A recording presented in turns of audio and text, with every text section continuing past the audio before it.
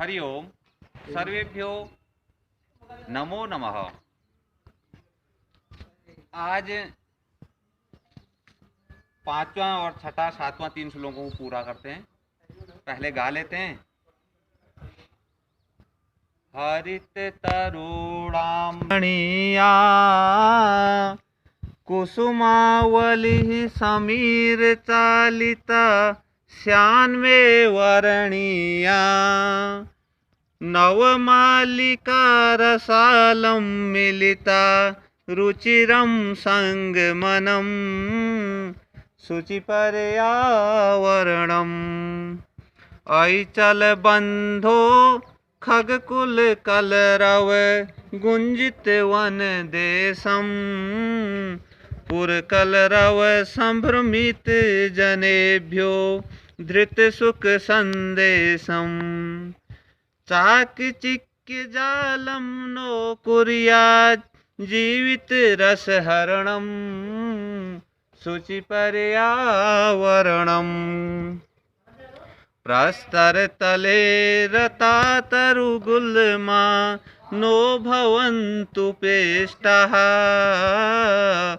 पाषाणी सभ्यता निसर्गे स्यान्न समाविष्टा मानवाय जीवनं कामये नो जीवन मरणम् शुचिपर्यावरणम्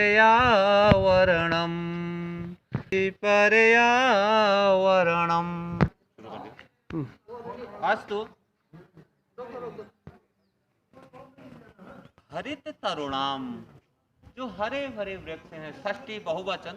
हरित तरुणाम अर्थात हरे भरे वृक्षों की ललित लता नाम, जो कोमल कोमल लताएं हैं उनकी माला अर्थात पंक्ति। रमणीया, रम धातु अनियर प्रत्यय और रमधन अनियर रमणीय हो जाता पुल्लिंग में, और स्त्रीलिंग का बनाने के लिए टा प्रत्यय भी जोड़ दिया तो रमणीया।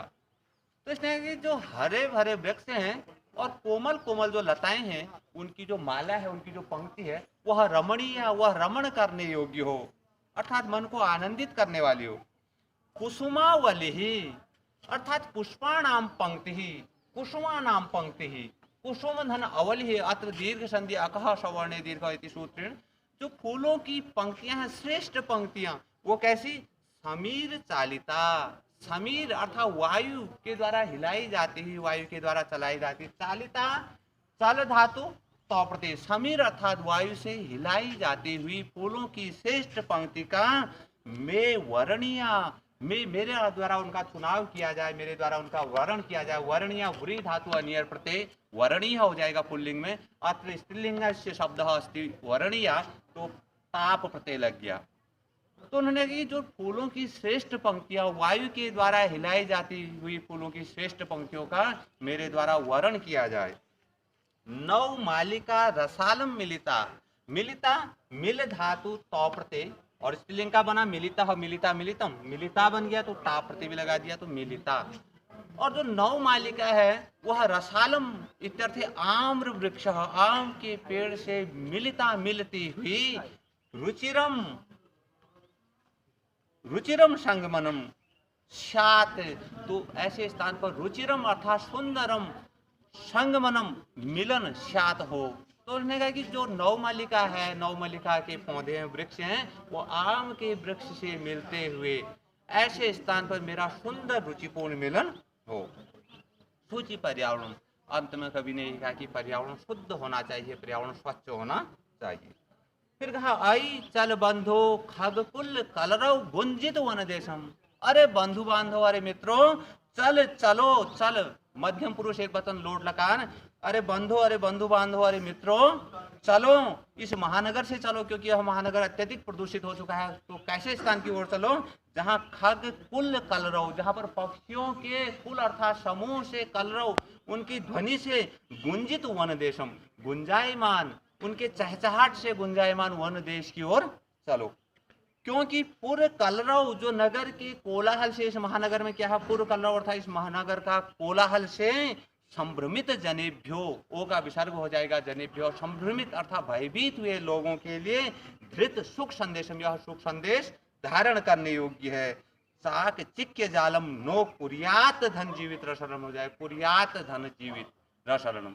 तो चाक चिक्य जालम अर्थात जो ये चकाचौंध भरे संसार में जो ये कृत्रिम अर्थात बनावटी संसार है, जिसमें क्या खूब बहुत सारे यान चल रहे हैं, बहुत सारी गाड़ियां, मोटर गाड़ियां चल रही हैं, बड़े बड़े कारखाने से जो विषाक्त धुआं निकल रहा है, उनके जो बड़े बड़े मशीनों की घरघराहट की ध्वनि है, तो इस प्रकार के चकाचौंध भरे संसार ने क्या कर दिया, नो नो अर्थात अस्मभ्यम चतुर्थी बहुवचन।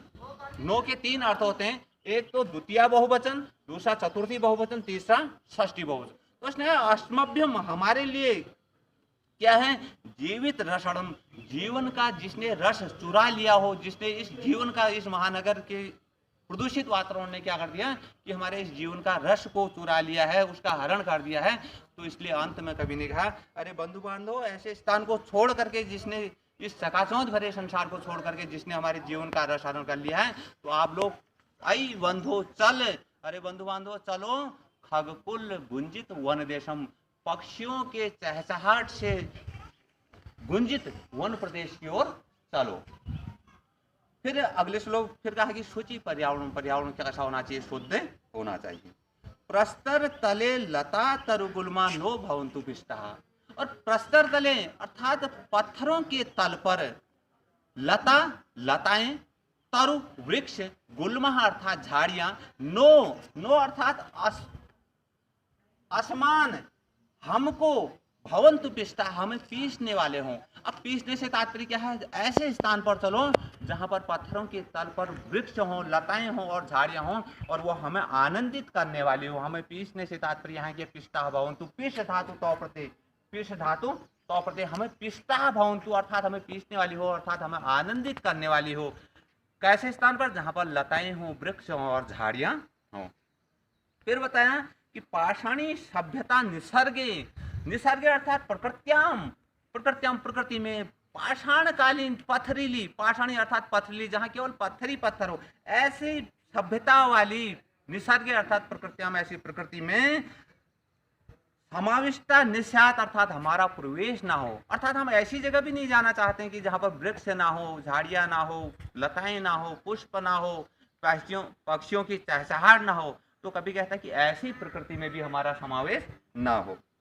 फिर कहा मानवाय जीवनम कामये नो जीवन मरणम, तो नो जीवन मरणम, जीते मरते मनुष्यों के लिए मानवाय जीवनम, जीते मरते मानवाय जीवनम, मानव जीवन के लिए, नो अर्थात अस्माकम, हमारी यही कामना है, काम ये कि हमारी यही कामना है कि शुचि पर्यावरण, पर्यावरण कैसा होना चाहिए, पर्यावरण शुद्ध होना चाहिए, पर्यावरण स्वच्छ होना चाहिए। अस्तु, आज शुचि पर्यावरण वाला जो पाठ था वह पूरा हो चुका है।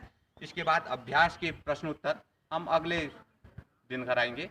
अस्तु, नमो नमः, भवतां समेषां पुनः स्वागतम, धन्यवादश्च। अस्तु।